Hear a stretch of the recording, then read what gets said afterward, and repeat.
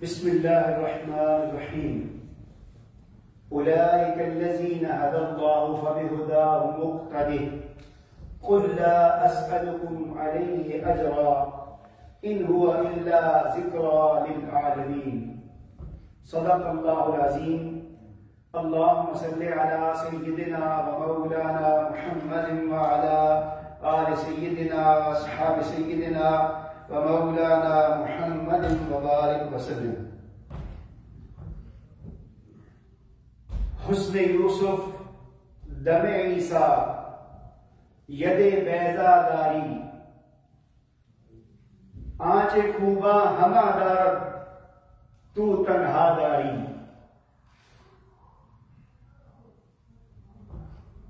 اللہ کریم نے حضور نبی کریم صلی اللہ علیہ وآلہ وسلم کو وہ عظمت، وہ رفعت، وہ فضیلت عطا کی ہے کہ جو چیزیں پہلے انبیاء کرام میں فردن فردن تھیں، اللہ کریم نے حضور نبی کریم صلی اللہ علیہ وسلم میں یکجا فرما دی ہے. جو شعر میں نے پڑھا ہے اس میں شاعر کہہ رہا ہے کہ یوسف علیہ السلام کا حسن، عیسیٰ علیہ السلام کے معجزات، موسیٰ علیہ السلام کا ید بیضا اور دیگر جتنے بھی انبیاء کرام ہیں وہ سب کی جو خوبیاں ہیں وہ ایک طرف، آپ تنہا ایک طرف ہیں. سورہ الانعام کی آیت نمبر 90 میں نے تلاوت کی ہے. اس سے پہلے مختلف انبیاء کرام کا تذکرہ ہے، ان کے مناصب اور ان کی جو ڈیوٹیاں تھیں اس کے حوالے سے اللہ کریم بیان کرتا آ رہا ہے. تو یہاں آ کر اللہ کریم نے فرمایا اولئک الذین ھدی اللہ فبہداہ مقتدی قل لا اسألکم علیہ اجرا ان هو الا ذکری للعالمین. یہی وہ لوگ ہیں یعنی پیغمبران خدا جنہیں اللہ نے ہدایت فرمائی ہے. پس اے رسول آخر الزمان، آپ ان کے فضیلت والے سب طریقوں کو اپنی سیرت میں جمع کر کے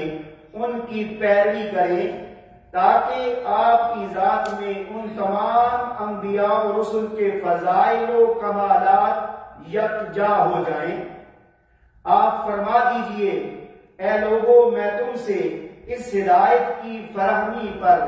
کوئی اجرت نہیں مانگتا، یہ تو صرف جہاں والوں کے لیے نصیحت ہے. ہم وقتاً فوقتاً آقا کریم کے فرامین سے اور دوسرے واقعات سے یہ سنتے رہتے ہیں کہ آقا کریم تمام انبیاء کرام سے افضل ہیں. اکثر صحابہ کرام نے اس آیت کریمہ سے استدلال کیا ہے کہ حضور نبی کریم صلی اللہ علیہ وآلہ وسلم اس آیت کریمہ کی روشنی میں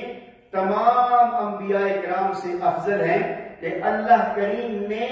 تمام انبیاء کرام کا ذکر فرمانے کے بعد اس کے بعد آقا کریم کو فرمایا کہ آپ تمام انبیاء کرام کے نمائندہ ہیں.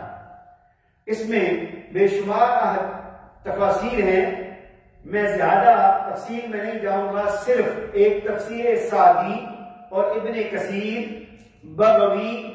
ان کا حوالہ دے کر کہ وہ کیا فرماتے ہیں اور انہوں نے حضور نبی کریم صلی اللہ علیہ وسلم کے بارے میں اس آیت کریمہ کی روشنی میں کیا فرمایا ہے. وہ بیان کرتے ہیں ایھا الرسول اتبع ملتهم وامتثل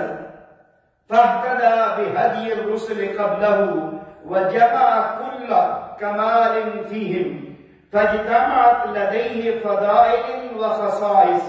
وفاق بها جميع العالمين كان سيد المرسلين وإمام المتقين صلوات الله وسلامه عليه.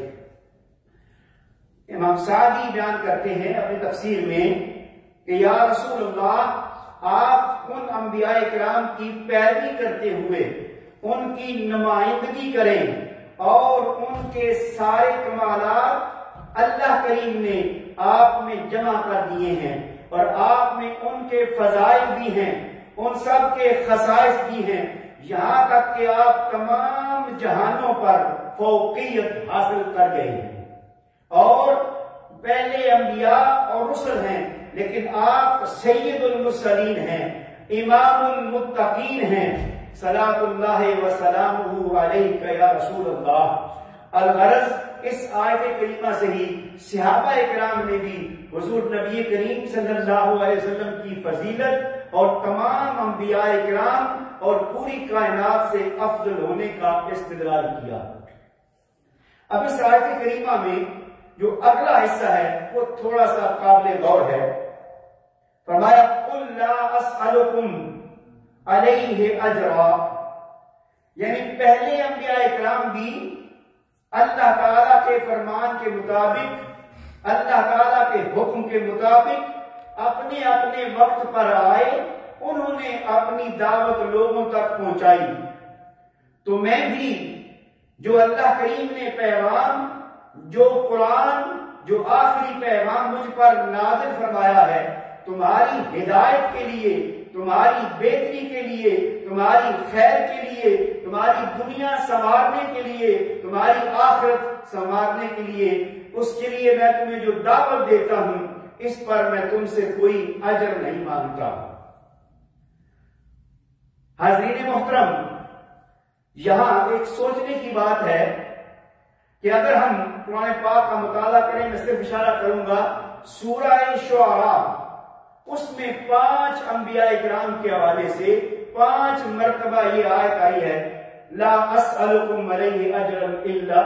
ان اجریہ الا علی رب العالمین۔ جس نبی نے بھی آ کر دعوت دی ہے یہ جملہ ضرور بولا ہے۔ کیوں؟ میں بھی سوچتا رہا، سچی بات آپ بتا رہا ہوں، یہ کسی کتاب میں نے نہیں پڑھا کہ کیا بات ہے کہ ہر نبی یہ کہہ رہا ہے کہ میں تم سے کوئی اجر نہیں مانگتا، لیکن اس کا جو مفہوم مخالف ہے، اس کی جو برعکس چیز ہے، اس کا مطلب یہ ہے کہ جن جن انبیاء کرام نے یہ جملہ بولا ہے ان سے پہلے کچھ لوگ تھے جو دین کے نام پر لوگوں سے پیسے بٹورتے تھے، دین کے نام پر لوگوں کا مال کھاتے تھے۔ لہذا اس کی دلیل یہ ہے کہ سیدنا عیسیٰ علیہ السلام کو یہودیوں نے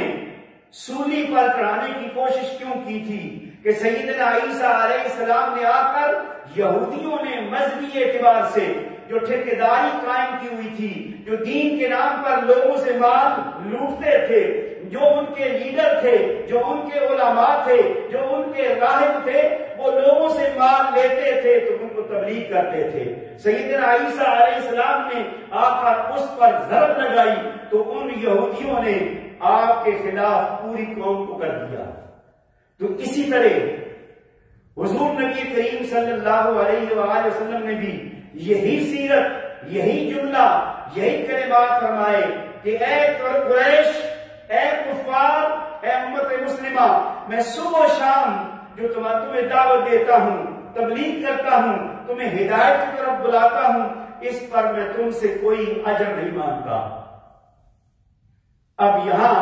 ایک چیز، صرف آخری بات ہمارے لیے سمجھنے کی بات یہ ہے کہ پہلے انبیاء کرام بھی آئے تو انہوں نے یہ اعلان کیا،